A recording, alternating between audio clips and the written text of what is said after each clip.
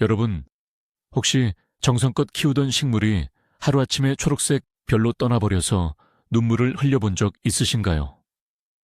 저는 오늘 아주 슬프고도 처참한 이야기를 하나 들려드리려고 합니다. 바로 2026 연봄을 강타했던 저의 고추 모종 에픽 참새에 대한 이야기입니다. 화면에 보이는 이 바싹 말라버린 잎사귀들을 보세요. 정말 눈물이 앞을 가리지 않나요? 도대체 완벽할 것만 같았던 저의 고추 농사는 어디서부터 꼬이기 시작한 걸까요? 오늘 영상에서는 제가 겪은 뼈아픈 실패의 과정을 낱낱이 파헤쳐 볼 겁니다. 아마 이 영상을 끝까지 보신다면 여러분은 저와 같은 바보 같은 실수를 절대 반복하지 않게 되실 겁니다. 오히려 가장 튼튼하고 주렁주렁 열매를 맺는 고추를 수확하는 비밀을 알게 되실지도 모르죠. 흔히들 식물 키우기에서 물만 잘 주면 된다고 생각하시지만 그것은 아주 엄청난 착각입니다. 과연 제 모종들을 죽음으로 몰고 간 진짜 범인은 누구였을까요? 여러분도 영상을 보시면서 제가 어느 부분에서 치명적인 실수를 했는지 함께 추리해 보시고 여러분의 생각과 경험을 댓글로 마음껏 남겨주세요. 자, 그럼 눈물 없이는 들을 수 없는 2026 연고추 폭망기 지금 바로 시작합니다. 이야기를 본격적으로 시작하기 전에 도대체 왜 제가 이토록 고추 모종에 집착하게 되었는지 배경을 조금 설명해 드려야 할 것 같습니다. 때는 바야흐로 2026년 초봄이었습니다. 그 해에는 유난히도 집에서 직접 채소를 길러 먹는 홈파밍이 전 국민적인 유행을 탔었죠. 뉴스에서는 연일 베란다에서 길러 먹는 유기농 채소의 장점을 보도했고 소셜미디어에는 탐스럽게 열린 붉은 고추를 자랑하는 사진들이 넘쳐났습니다. 저 역시 그 화려한 사진들에 현혹되고 말았습니다. 직접 키운 무농약 고추로 맛있는 찌개를 끓여 먹는 상상, 가을이면 붉게 익은 고추를 말려 나만의 고춧가루를 만들겠다는 원대한 꿈에 부풀어 올랐죠. 고추라는 작물은 우리나라 밥상에서 절대 빠질 수 없는 핵심 식재료 아닙니까? 그래서 저는 다른 평범한 채소들보다 고추를 선택하는 것이 훨씬 더 가치 있는 도전이라고 믿어 의심치 않았습니다. 게다가 어릴 적 시골 할머니 댁 마당에서 너무나도 쉽게 쑥쑥 자라던 고추들의 모습이 뇌리에 박혀 있었기에 화분 몇 개쯤은 식은 죽 먹기라고 얕잡아 본 것도 사실입니다. 하지만 베란다라는 제한된 환경과 대자연의 노지에 심는 것은 하늘과 땅 차이라는 것을 그때는 미처 알지 못했습니다. 식물의 생장 메커니즘에 대한 기본 지식도 없이 그저 의욕과 사랑만 넘쳤던 초보 식물 집사의 무모한 도전은 그렇게 화려한 막을 올리게 됩니다. 그리고 그 끝에 어떤 끔찍한 결말이 기다리고 있는지는 꿈에도 모른 채 말이죠. 비극의 첫 번째 씨앗은 바로 흙을 선택하는 과정에서부터 시작되었습니다. 흔히들 초보자들은 식물을 심을 때 그냥 동네 산에서 퍼온 흙이나 아무 꽃집에서나 가장 싼 배양토를 사서 쓰면 된다고 생각하는 경향이 있습니다. 저 역시 다르지 않았습니다. 고추는 영양분을 많이 필요로 하는 작물이라는 어디서 주워들은 얕은 지식 때문에 무조건 거름기가 많고 끈적끈적한 진흙 같은 토양을 화분에 가득 채워 넣었습니다. 이것이 바로 첫 번째 치명적인 실수였죠. 식물의 뿌리는 물도 필요로 하지만 놀랍게도 숨을 쉴 수 있는 산소 역시 절대적으로 필요로 합니다. 흙 속에 미세한 공기 구멍, 즉 공극이 존재해야만 뿌리가 호흡을 하고 건강하게 뻗어나갈 수 있는 것입니다. 하지만 제가 선택한 흙은 물을 머금으면 마치 시멘트처럼 단단하게 뭉쳐버리는 최악의 성질을 가지고 있었습니다. 배수성을 높여주는 펄라이트나 마사토 같은 재료는 단 한 줌도 섞지 않았죠. 화분에 물을 주면 흙이 스펀지처럼 물을 쫙 빨아들이는 것이 아니라 표면에 물이 고여서 한참을 내려가지 않는 기현상이 발생했습니다. 겉으로는 흙이 촉촉해 보여서 모종이 좋아할 것이라고 착각했지만 화분 속 깊은 곳에서는 뿌리가 꽉 막힌 진흙 속에서 질식해가며 살려달라고 아우성을 치고 있었던 겁니다. 여러분, 비싼 씨앗을 사기 전에 반드시 흙의 통기성과 배수성을 먼저 확인하셔야 합니다. 이것은 식물 생존의 가장 기본적인 마지노선입니다. 두 번째로 짚고 넘어가야 할 문제는 바로 물주기의 강박증입니다. 식물을 처음 키우는 사람들이 가장 흔하게 저지르는 실수이자 가장 많은 식물을 죽이는 원인이기도 하죠. 저의 모종을 향한 사랑은 너무나도 지극정성이었습니다. 매일 아침 눈을 뜨자마자 가장 먼저 한 일은 분무기를 들고 고추 모종에게 달려가는 것이었죠. 겉흙이 조금이라도 말라 보이면 참지 못하고 물을 들이부었습니다. 여기서 우리가 타파해야 할 거대한 미신이 하나 있습니다. 바로 식물은 항상 물을 흠뻑 먹고 있어야 잘 자란다는 착각입니다. 사실 대부분의 식물, 특히 고추는 약간의 건조함을 겪으면서 뿌리를 더 깊고 튼튼하게 내리려는 생존 본능을 발휘합니다. 흙이 적당히 말랐을 때 비로소 흙 속으로 산소가 스며들고 뿌리가 숨을 쉬며 성장을 촉진하는 것이죠. 하지만 저는 모종에게 단 한 번의 목마름도 허락하지 않았습니다. 결과적으로 화분 속은 항상 축축하게 젖어있는 늪지대와 같은 상태가 되어버렸습니다. 끊임없이 공급되는 수분 때문에 뿌리는 굳이 물을 찾아 뻗어나갈 필요를 느끼지 못했고 결국 짧고 약한 뿌리만 형성하게 되었죠. 게다가 과도한 습기는 흙 속에 혐기성 세균, 즉 산소가 없는 곳에서 번식하는 나쁜 세균들을 폭발적으로 증식시켰습니다. 흙에서 시궁창 냄새가 나기 시작했지만 저는 그것이 거름 냄새려니 하고 대수롭지 않게 넘겼습니다. 과유불급이라는 옛말은 식물 가드닝에서 절대 변하지 않는 진리라는 것을 이때 배웠어야 했습니다. 세 번째 패착은 바로 온도 조절에 대한 무지에서 비롯되었습니다. 2026년의 봄은 기상청도 예측하지 못한 변덕스러운 날씨의 연속이었습니다. 낮에는 초여름처럼 기온이 치솟다가도 밤만 되면 늦겨울처럼 쌀쌀한 바람이 베란다 창틈으로 스며들었죠. 고추는 대표적인 고온성 작물입니다. 적어도 20도 이상의 따뜻한 환경이 지속되어야만 안심하고 성장할 수 있습니다. 하지만 저는 모종을 베란다 창가에 바짝 붙여두고는 낮에 햇빛을 잘 받으니 밤에도 알아서 잘 견디겠거니 하는 안일한 생각을 했습니다. 낮 동안 25도까지 올라갔던 온도가 새벽에는 10도 아래로 뚝 떨어지는 가혹한 일교차를 모종들은 맨몸으로 견뎌야 했습니다. 이런 급격한 온도 변화는 식물에게 엄청난 스트레스를 줍니다. 특히 어린 모종에게는 생사를 오가는 냉해를 입히기에 충분했죠.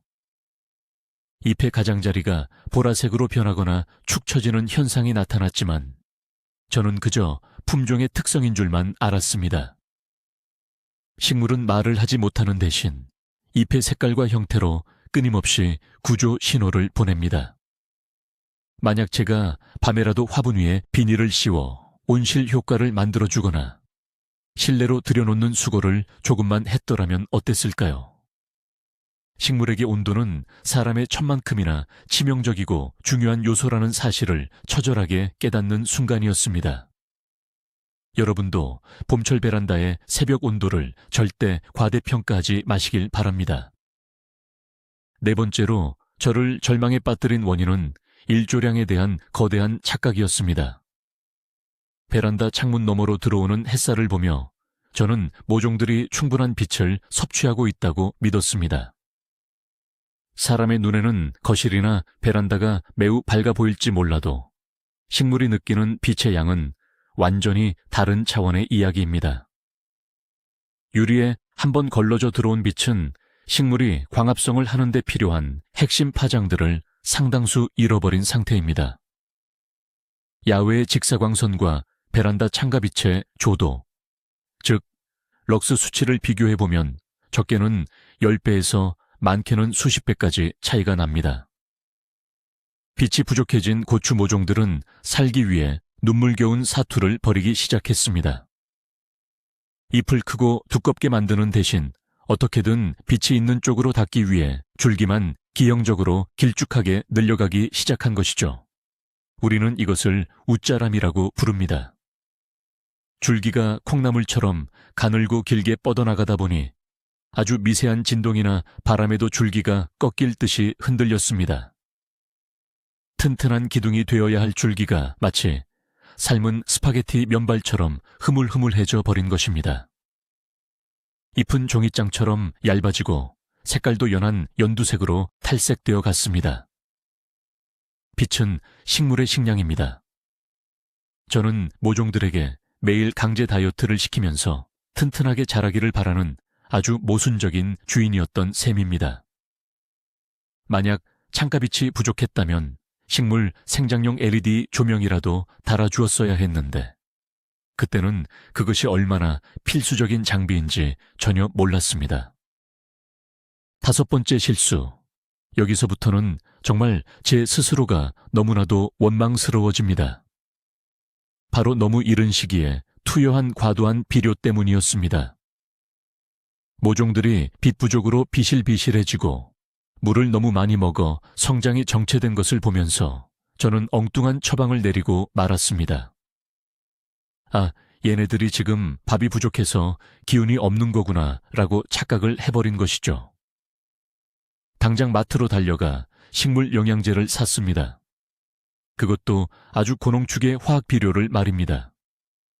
설명서에는 아주 연하게 물에 희석해서 주라고 적혀 있었지만 마음이 급해진 저는 조금 더 진하게 타면 훨씬 빨리 기운을 차릴 것이라는 바보 같은 판단을 했습니다. 약해 빠진 어린 모종의 뿌리에 고농도의 비료물이 닿는 순간 뿌리 표면의 수분이 역삼투압 현상으로 인해 오히려 바깥으로 다 빠져나가 버렸습니다. 식물에게 밥을 준 것이 아니라 독약을 먹인 것과 다름없었죠. 이를 비료 피해, 즉 비효라고 부릅니다. 잎이 끝이 마치 불에 탄 것처럼 까맣게 변하며 말라 들어가기 시작했습니다. 연약한 뿌리는 짙은 화학 성분에 의해 문자 그대로 녹아내렸습니다. 식물이 아플 때 가장 먼저 해야 할 일은 환경을 점검하고 뿌리를 쉬게 해주는 것인데 저는 마치 감기 걸린 신생에게 스테로이드 주사를 놓은 격이었습니다. 여러분, 모종 시기에는 씨앗 자체의 양분과 배양토에 포함된 기본 영양만으로도 충분히 자랍니다. 과도한 비료는 사랑이 아니라 가장 잔인한 학대라는 것을 명심하셔야 합니다. 6번째 문제는 통풍, 즉 바람의 부재였습니다. 실내 베란다 환경이 야외 텃밭과 가장 크게 다른 점이 무엇일까요? 바로 공기의 흐름이 꽉 막혀 있다는 것입니다. 저는 봄철 미세먼지가 실내로 들어오는 것이 싫어서 베란다 창문을 거의 항상 닫아두고 생활했습니다. 고추 모종 주변의 공기는 정체되었고 앞서 말씀드린 잦은 물주기로 인해 습도는 항상 80%를 육박했습니다. 덥고 습하고 바람 한 점 없는 환경. 이것은 식물에게는 지옥이지만 곰팡이와 각종 해충들에게는 천국이나 다름없는 조건입니다. 잎이 주변의 공기가 순환되지 않으니 식물이 기공을 통해 내뿜는 수분이 증발하지 못했고 광합성 효율은 급격히 떨어졌습니다. 게다가 바람이 불어 줄기를 살랑살랑 흔들어 주어야 식물이 긴장감을 느끼고 줄기를 더욱 굵고 단단하게 만드는데 온실 속 화초처럼 고요하게 자란 고추들은 아주 약한 물리적 충격에도 툭툭 부러져 나갔습니다. 야외에서 자라는 식물들이 비바람을 맞으며 셀룰로스와 리그닌을 축적해 튼튼한 뼈대를 만드는 과정을 제 모종들은 전혀 겪지 못한 것입니다.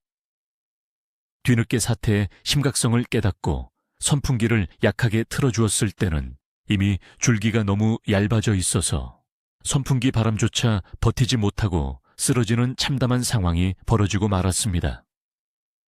식물 가드닝에서 햇빛과 물만큼이나 중요한 제3의 생명선이 바로 바람이라는 사실을 너무 늦게 깨달은 탓입니다. 7번째 재앙은 예고도 없이 찾아왔습니다. 바로 불청객 해충의 창궐입니다. 환기가 안 되고 습한 흙이 방치되자 가장 먼저 찾아온 녀석들은 바로 뿌리파리였습니다.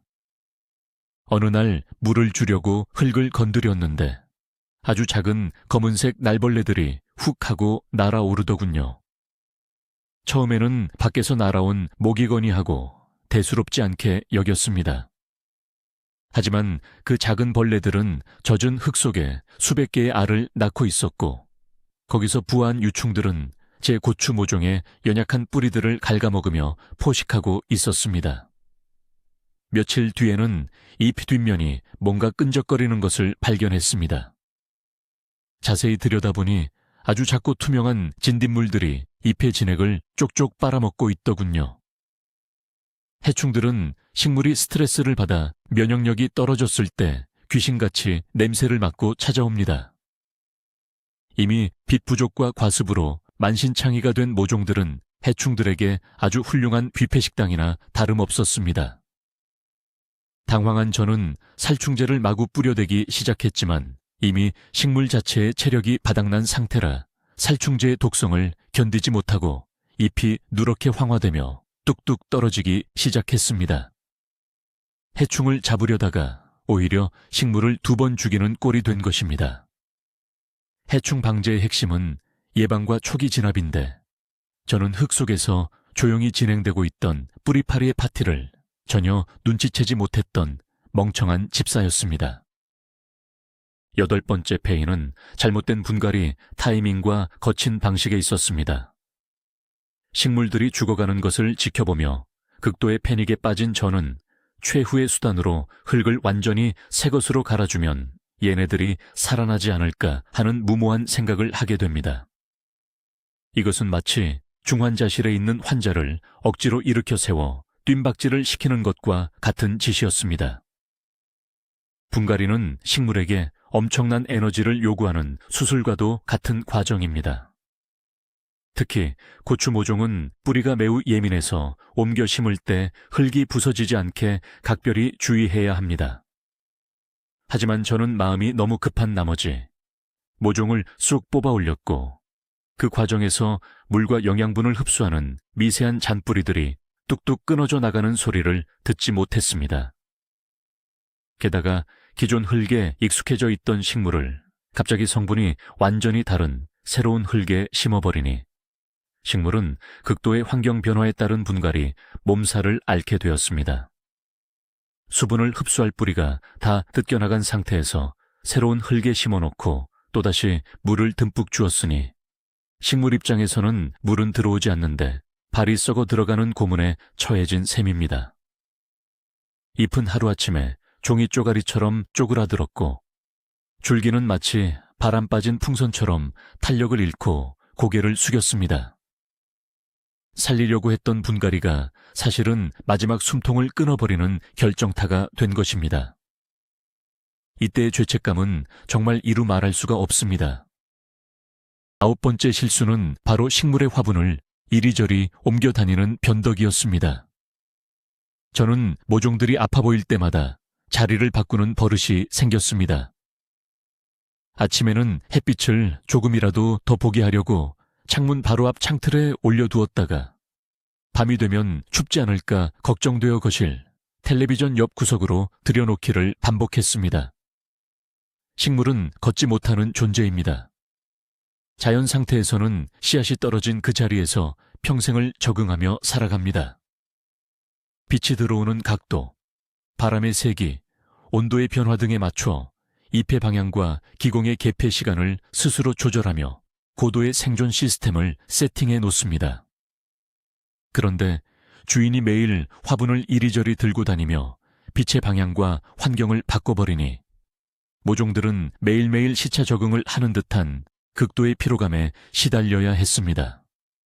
어제는 빛이 오른쪽에서 왔는데 오늘은 왜 왼쪽에서 오지? 온도는 왜 자꾸 변하는 걸까? 식물의 내부 생체 시계는 완전히 망가져 버렸습니다. 생육에 에너지를 쏟아야 할 식물이 바뀐 환경에 적응하는 데에만 모든 에너지를 낭비하게 된 것이죠. 가드닝에 있어서 무관심보다 더 나쁜 것이 바로 이런 잦은 환경 변화를 유발하는 과잉보호입니다. 최적의 장소를 하나 선정했다면 식물이 그곳의 기후에 완벽히 동화될 때까지 묵묵히 지켜봐주는 인내심이 저에게는 전혀 없었습니다. 10번째 치명타는 모종의 밀식, 즉 너무 좁은 공간에 여러 식물을 몰아심은 욕심 때문이었습니다. 처음에 모종 트레이에서 자란 고추들을 조금 더 큰 화분으로 옮겨 심을 때 화분 개수를 늘리는 것이 부담스러워서 큰 화분 하나에 무려 4-5포기의 고추 모종을 빽빽하게 함께 심어버렸습니다. 겉보기에는 풍성해 보이고 그럴듯했지만 흙 속에서는 말 그대로 피 튀기는 생존 게임이 시작되었습니다. 제한된 면적 안에서 서로 한정된 물과 영양분을 차지하기 위해 뿌리들은 서로 엉키며 치열한 영역 다툼을 벌였죠. 잎사귀들도 마찬가지였습니다. 서로의 잎이 겹치면서 아래쪽에 있는 잎들은 햇빛을 전혀 받지 못해 광합성을 포기하고 노랗게 시들어 떨어졌습니다. 식물들 사이의 간격이 너무 좁으니 통풍은 아예 불가능했고 병충해 하나가 발생하면 순식간에 옆에 있는 식물로 전염되는 훌륭한 고속도로 역할을 했습니다. 농사 용어 중에 속가내기라는 말이 있습니다. 건강한 개체를 위해 어쩔 수 없이 약한 개체들을 잘라내어 공간을 확보해주는 아주 중요한 작업입니다. 하지만 저는 어느 하나 포기할 수 없다는 미련한 마음 때문에 모두를 다 안고 가려다가 결국 다 같이 멸망하는 길을 선택한 셈입니다. 욕심을 버리고 화분 하나당 딱 한 포기의 고추만 심어서 넓고 쾌적한 환경을 제공해 주었어야 한다는 뼈저린 교훈을 얻었습니다. 11번째 문제는 급수 온도의 충격이었습니다. 이것은 정말 많은 분들이 간과하는 디테일 중 하나입니다. 베란다에 물을 길어 나르기가 귀찮았던 저는 욕실에 연결된 호스를 쭉 끌어와서 수돗물을 바로 식물에게 직분사하곤 했습니다. 당시 2026 연봄의 수돗물 온도는 손이 시릴 정도로 매우 차가웠습니다. 따뜻한 베란다 환경에서 25도의 온도를 유지하고 있던 흙 속에 갑자기 10도도 되지 않는 얼음장 같은 수돗물이 콸콸 쏟아져 들어간 것입니다. 사람으로 치면 사우나에서 땀을 빼고 있는데 갑자기 얼음물을 뒤집어 쓴 것과 같은 엄청난 열 쇼크가 발생했습니다. 뿌리의 세포들은 급격한 온도 저하로 인해 순간적으로 활동을 멈춰버렸습니다. 기공은 수축하고 수분 흡수 능력은 마비되었죠. 물을 주었는데도 다음날 식물의 잎이 축 처져 있는 현상은 바로 이 온도 쇼크 때문에 뿌리가 물을 마시지 못해서 발생한 것이었습니다. 가드닝 고수들은 물을 주기 하루 전에 미리 물통에 수돗물을 받아 실내에 놓아둡니다. 수돗물 속에 염소 성분을 증발시키는 목적도 있지만 가장 중요한 것은 물의 온도를 실내 기온과 비슷하게 맞춰주기 위함입니다. 식물을 진정으로 사랑한다면 물 한 모금의 온도까지도 배려해야 한다는 이 섬세한 진리를 저는 모종들이 반죽음 상태가 되고 나서야 책을 찾아보며 알게 되었습니다. 12번째 재앙의 원인은 흙의 산성도, 즉 pH 불균형에 있었습니다. 식물마다 자신이 영양분을 가장 잘 흡수할 수 있는 흙의 산성도가 다릅니다. 고추는 보통 약산성에서 중성 사이의 토양을 좋아합니다. 그런데 앞서 제가 과도한 화학 비료를 투여하고 수돗물을 여과 없이 계속 주었다고 말씀드렸죠. 화학 비료의 잔여물과 수돗물의 미네랄 성분들이 흙 속에 지속적으로 축적되면서 흙이 점점 강한 알칼리성 혹은 극단적인 산성으로 변질되어 갔습니다. 흙의 pH가 어긋나게 되면 식물에게 아주 끔찍한 일이 발생합니다. 흙 속에 아무리 질소, 인산, 칼륨 같은 풍부한 영양분이 가득 차 있어도 뿌리가 그것을 전혀 흡수할 수 없는 락아웃 상태, 즉 영양분 잠김 현상이 일어납니다. 마치 눈앞에 진수성찬이 차려져 있지만 입에 재갈이 물려 있어서 굶어 죽어가는 것과 같은 비참한 상황입니다. 저는 모종이 노랗게 변하는 것을 보고 또 영양분이 부족한가 싶어 비료를 더 얹어주는 최악의 악순환을 반복했습니다. 사실은 흙의 pH가 망가져서 먹지 못하는 것인데 말이죠. 달걀 껍데기를 갈아서 흙에 섞어주거나 빗물을 받아서 주는 등 자연스럽게 흙의 산성도를 맞춰주는 노력을 기울여야 했는데 화학 성분에만 의존했던 저의 무지가불은 다 참사였습니다. 13번째 패착은 너무 이른 곁순 제거였습니다. 유튜브나 블로그에서 고추농사 고수들의 영상을 보면 꼭 방가다리 아래의 곁순을 따주어야 위로 크게 자라며 열매가 많이 맺힌다는 조언을 합니다. 저는 이 고급 기술을 얼른 따라 해보고 싶어서 손이 근질거렸습니다. 그래서 모종이차의 한 뼘도 자라지 않은 아주 어린 상태일 때 원줄기 옆으로 뾰족하게 돋아나는 아주 작은 잎과 순들을 가위로 모조리 싹둑싹둑 잘라버렸습니다. 이것은 엄청난 판단 미스였습니다. 곁순 제거는 식물이 어느 정도 충분히 성장해서 뿌리가 튼튼하게 자리를 잡고 광합성을 할 수 있는 본잎이 충분히 확보되었을 때 하는 작업입니다. 아직 어리고 약한 모종에게 잎은 광합성을 해서 에너지를 생산하는 유일한 공장입니다. 그런데 제가 그 공장들을 무참히 폐쇄해버린 것이죠. 에너지를 만들어낼 잎이 턱없이 부족해진 모종은 생장 동력을 완전히 상실했습니다. 상처 부위에서는 식물의 수액이 줄줄 새어나왔고 그 상처를 통해 세균이 침투하기 시작했습니다. 겉보기엔 위로 쭉쭉 뻗은 멋진 형태를 만들고 싶었지만 식물 내부의 에너지 밸런스를 전혀 고려하지 않은 채 너무 일찍 성형수술을 감행한 셈입니다. 뭐든 때가 있는 법인데 초보의 성급함이 화를 크게 불렀습니다. 14번째 실수는 물방울 렌즈 효과로 인한 IP 화상이었습니다.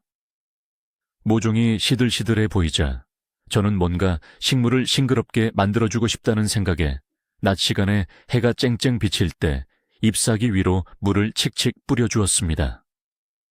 물방울이 맺힌 고추 잎이 햇살을 받아 반짝이는 모습은 마치 화보처럼 아름다웠습니다. 하지만 그 물방울들은 아주 치명적인 돋보기 역할을 하고 있었습니다. 직사광선이 둥근 물방울을 통과하며 빛이 한 점으로 모였고 그 강렬한 열기가 식물의 연약한 잎 조직을 말 그대로 태워버린 것입니다. 다음 날 보니 잎사귀 군데군데 동그랗고 갈색으로 타들어간 구멍들이 흉측하게 생겨 있었습니다. 사람으로 치면 한여름 해변에서 오일만 바르고 누워있다가 화상을 입은 것과 다름없었죠. 낮에는 기공이 닫혀 있어서 잎으로 물을 흡수하는 효율도 떨어지는데 저는 그저 시각적인 만족감을 위해 식물에게 불장난을 친 것입니다. 잎에 분무를 해줄 때는 해가 뜨기 전 이른 새벽이나 해가 질 무렵 서늘할 때 해야 한다는 가드닝의 아주 기본적인 상식을 저는 또 한 번 처참한 희생을 치르고 나서야 배우게 되었습니다. 식물을 돌보는 행위가 철저히 식물의 입장이 아니라 주인의 감성적인 만족을 위해 이루어질 때 얼마나 위험한지를 보여주는 사례입니다. 15번째는 줄기 지지대를 세워주는 타이밍을 완전히 놓쳐버린 것입니다. 고추는 생각보다 줄기가 굵고 무겁게 자라며 위로 올라갈수록 열매와 잎의 무게 때문에 무게중심이 위로 쏠리는 불안정한 구조를 가진 식물입니다. 따라서 모종이 어느 정도 자라면 반드시 옆에 단단한 지지대를 꽂고 끈으로 살짝 묶어주어 바람이나 무게를 버티게 해주어야 합니다. 하지만 저는 모종이 그저 잡초처럼 스스로 단단하게 자랄 것이라고 방치했습니다. 이미 웃자람으로 인해 줄기는 얇아질 대로 얇아져 있었고 결국 어느 날 봄비와 함께 약간 거센 바람이 베란다 창문을 치고 들어왔을 때 끔찍한 사달이 나고 말았습니다. 아침에 베란다에 나가보니 가장 크고 기대했던 2포기의 고추 모종 줄기가 중간에서 허리가 뚝 부러져서 덜렁거리고 있었습니다. 사람의 척추가 부러진 것과 같은 절망적인 모습이었습니다. 부러진 부위로 수분과 양분 공급이 완전히 차단되었고 위쪽의 잎들은 하루 만에 바싹 말라버렸습니다. 뒤늦게 나무젓가락과 철사로 깁스를 해주듯 동염해 보았지만 이미 끊어진 물관과 채관은 복구되지 않았습니다. 단 1,000원짜리 대나무 지지대 몇 개만 미리 세워주었더라면 막을 수 있었던 너무나도 허무하고 원통한 이별이었습니다. 16번째 실패 원인은 물주기를 점검할 때 손가락 하나 까딱하기 싫어했던 저의 게으름입니다. 앞서 제가 겉흙이 마르면 물을 마구 주었다고 했었죠. 진짜 고수들은 물을 주기 전에 화분 속의 습도를 파악하기 위해 나무젓가락을 흙 깊숙이 찔러보거나 손가락을 2마디 정도 푹 찔러 넣어 속흙이 진짜로 말랐는지 확인합니다. 겉흙은 공기와 접촉해 있어서 하루만 해도 말라 보이지만 화분 속 5cm 아래는 여전히 진흙탕일 수 있기 때문입니다. 하지만 저는 흙을 만지면 손톱 밑에 때가 끼는 것이 싫었고 나무젓가락을 찾으러 주방까지 가는 것조차 귀찮았습니다. 그래서 오직 눈으로만 겉흙을 대충 훑어보고 물을 붓는 치명적인 오만을 범했습니다. 이 작은 수고로움을 생략한 대가로 흙 속에 뿌리는 썩어 문드러졌습니다. 수분 측정기 같은 편리한 도구가 2026년에는 아주 흔하게 팔리고 있었는데도 저는 내 눈썰미가 기계보다 낫다는 근거 없는 자신감에 차 있었습니다. 농사는 농부의 발소리를 듣고 자란다는 말이 있습니다. 그만큼 흙을 만져보고 냄새를 맡아보고 잎의 뒷면을 세심하게 관찰하는 촉각과 후각의 교감이 필요하다는 뜻입니다. 저는 가드닝을 스마트폰 게임처럼 시각으로만 하려고 했던 몹쓸 식물 집사였습니다. 17번째는 죽어가는 식물에게 내린 가혹한 선고, 즉 잘라내기입니다. 병들고 잎이 떨어지는 모종을 보며 저는 어느 날 갑자기 분노와 좌절감이 섞인 극단적인 조치를 취했습니다. 이 썩어가는 잎들을 다 잘라내버리면 새살이 돋듯이 새로운 싹이 나지 않을까 하는 기적의 논리를 펼친 것이죠. 저는 가위를 들고 누렇게 변하거나 구멍난 잎, 조금이라도 생기가 없어 보이는 줄기들을 닥치는 대로 잘라냈습니다. 모종은 앙상한 가시나무처럼 변해버렸습니다. 식물이 병충해나 과습으로 고통받을 때 그나마 남아있는 잎들은 어떻게든 마지막 남은 힘을 쥐어짜내어 광합성을 하고 생명줄을 이어가는 유일한 장기들입니다. 그런데 제가 그 생명 유지 장치들을 제 손으로 다 뜯어내버린 것입니다. 잎이 사라지자 뿌리에서 물을 위로 끌어올리는 증산작용의 펌프질도 완전히 멈춰버렸습니다. 흙 속에 남아있던 수분은 더 이상 위로 올라가지 못하고 화분 속에 그대로 고요 흙을 더욱 심하게 썩게 만들었습니다. 회복을 기대하고 한 행동이 사실은 식물의 산소 호흡기를 떼어버린 격이었습니다. 식물이 스스로 잎의 영양분을 줄기로 다 흡수하고 자연스럽게 잎을 떨어뜨릴 때까지 기다려주는 인내심이 필요하다는 것을 저는 이 끔찍한 가지치기 이후에 깨달았습니다.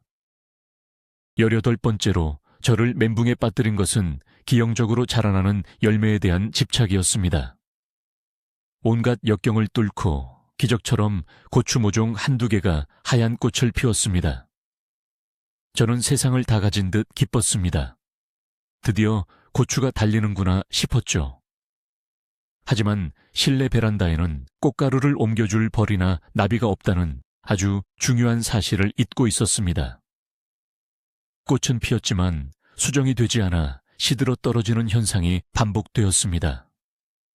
뒤늦게 면봉을 들고 인공수정을 시켜주며 호들갑을 떨었지만 식물 자체가 영양실조와 스트레스에 시달린 상태였기 때문에 간신히 맺힌 열매들은 아주 끔찍한 모양을 하고 있었습니다. 길쭉하게 뻗어야 할 고추가 마치 동그란 구슬처럼 짧고 뚱뚱하게 맺히거나 겉면이 쭈글쭈글하게 기형으로 변형되었습니다. 이것은 칼슘과 붕소 같은 미량 원소가 결핍되었거나 뿌리가 기능을 상실해 영양분을 열매로 보내지 못할 때 나타나는 전형적인 생리장애 현상이었습니다. 저는 이 볼품없는 고추라도 붉게 익을 때까지 키워보겠다고 끝까지 매달렸지만 식물은 그 작은 열매 하나를 키우느라 마지막 남은 원기를 모두 탕진해버리고 말았습니다. 열매에 집착하기 전에 식물의 몸통부터 튼튼하게 만들어야 한다는 우선순위를 완전히 망각한 결과였습니다. 19번째 문제는 식물의 상태를 부정하고 현실을 도피했던 저의 정신적인 태도입니다. 모종이 하나둘씩 고개를 꺾고 흙바닥에 쓰러져 갈 때 저는 현실을 직시해야 했습니다. 아, 내가 완전히 실패했구나. 지금이라도 흙을 엎고 처음부터 원인을 분석해야겠다는 용기가 필요했습니다. 하지만 저는 마치 부적을 붙이든 매일 새로운 영양제를 사다 꽂아놓고 의미 없는 물을 주며 내일은 기적처럼 살아날 것이라는 헛된 희망 고문에 시달렸습니다. 베란다에 나가는 것이 두려워졌고 죽어가는 식물을 보는 것이 너무나 큰 스트레스가 되어서 며칠씩 모종들을 외면하고 방치하기에 이르렀습니다. 식물 집사로서 가장 무책임한 행동이었죠. 실패를 인정하는 것은 자존심이 상하는 일이었지만 그 알량한 자존심 때문에 골든타임을 완전히 놓쳐버렸습니다. 가드닝은 단순히 식물을 기르는 것을 넘어 생명의 순환과 자연의 법칙 앞에 겸손해지는 방법을 배우는 수련의 과정입니다. 식물은 주인의 마음 상태와 발소리를 그대로 거울처럼 비춰줍니다. 저의 조급함, 욕심, 무지, 그리고 회피하는 태도가 고스란히 화분 속에 처참한 풍경으로 나타난 것입니다. 농사는 하늘이 짓는다는 말 뒤에는 농부의 지독한 자기 객관화가 숨어 있다는 것을 철저하게 배웠습니다. 드디어 마지막 20번째 챕터입니다. 모든 것이 끝난 그날의 아침을 저는 잊을 수 없습니다. 2026년 5월의 어느 맑은 날, 저는 베란다에 나가 20개의 화분에 심어져 있던 모든 고추 모종들이 완전히 갈색으로 말라 죽은 것을 확인했습니다. 잎은 손만 대도 바스락거리며 부서져 내렸고 줄기는 성냥개비처럼 툭툭 꺾였습니다. 저는 화분 앞에 쪼그려 앉아 결국 참았던 눈물을 터뜨리고 말았습니다. 단순한 식물이 죽은 것이 아니라 몇 달 동안 제가 쏟아부었던 기대와 시간, 그리고 어리석었던 제 자신에 대한 원망이 한꺼번에 밀려왔기 때문입니다. 죽은 모종을 뽑아내기 위해 화분을 엎었을 때 흙 속에서 썩어 악취를 풍기는 짧고 시커먼 뿌리들을 보며 저는 깊은 탄식을 내뱉었습니다. 미안하다. 내가 정말 무지해서 너희들을 이렇게 힘들게 만들었구나. 눈물을 닦으며 저는 죽은 흙들을 쏟아내고 화분을 깨끗하게 씻기 시작했습니다. 이 처참한 에픽 참사는 저에게 식물을 기른다는 것이 얼마나 치밀한 공부와 인내, 그리고 환경에 대한 이해를 요구하는지 뼈에 새겨주었습니다.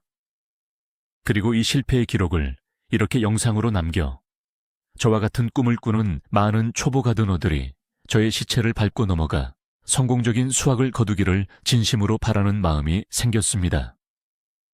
슬픔과 오열로 끝난 참사였지만 이 경험은 훗날 저를 아주 훌륭한 식물 집사로 만드는 가장 강력하고도 쓴 걸음이 되었습니다. 여러분, 지금까지 2026년 저의 베란다를 초토화시켰던 고추 모종 에픽 참사의 끔찍한 전말을 함께 지켜보셨습니다. 어떤가요? 흙의 선택부터 물주기, 빛, 통풍, 해충 방제, 그리고 주인의 무지한 과잉 보호까지 식물을 죽음으로 몰아갈 수 있는 함정들이 도처에 숨어 있다는 사실에 등골이 오싹해지지 않으셨나요? 우리가 흔히 알고 있던 물을 듬뿍 주고 따뜻하게만 해주면 된다는 얄팍한 상식이 사실은 식물을 가장 빨리 죽이는 지름길이었다는 이 충격적인 반전을 잊지 마시길 바랍니다. 비록 그해 봄, 제 고추 농사는 눈물 젖은 오열로 막을 내렸지만 저는 그 처절한 흙무더기 속에서 생명의 메커니즘이라는 가장 위대한 가르침을 수확했습니다. 실패는 가드닝의 끝이 아니라 진짜 고수로 성장하기 위한 필수적인 통과 의례일 뿐입니다. 여러분은 저의 이 20단계의 바보 같은 실수들을 타산지석 삼아 올 봄에는 꼭 싱그럽고 튼튼한 고추를 주렁주렁 수확하시기를 진심으로 응원합니다. 오늘 제 눈물의 고백이 조금이라도 도움이 되셨다면 혹은 안타까운 마음에 위로를 건네고 싶으시다면 구독과 좋아요를 꾹 눌러주시면 정말 큰 힘이 될 것 같습니다. 그리고 여러분에게 묻고 싶습니다. 여러분이 식물을 키우면서 겪었던 가장 어처구니 없거나 슬펐던 최악의 식물 폭망 스토리는 무엇인가요? 부끄러워하지 마시고 댓글로 여러분의 경험담을 자유롭게 남겨주세요. 우리 다 같이 실패를 공유하며 웃고 배워봅시다. 끝까지 시청해 주셔서 감사합니다. 다음에는 꼭 성공한 푸릇푸릇한 식물 이야기로 찾아오겠습니다.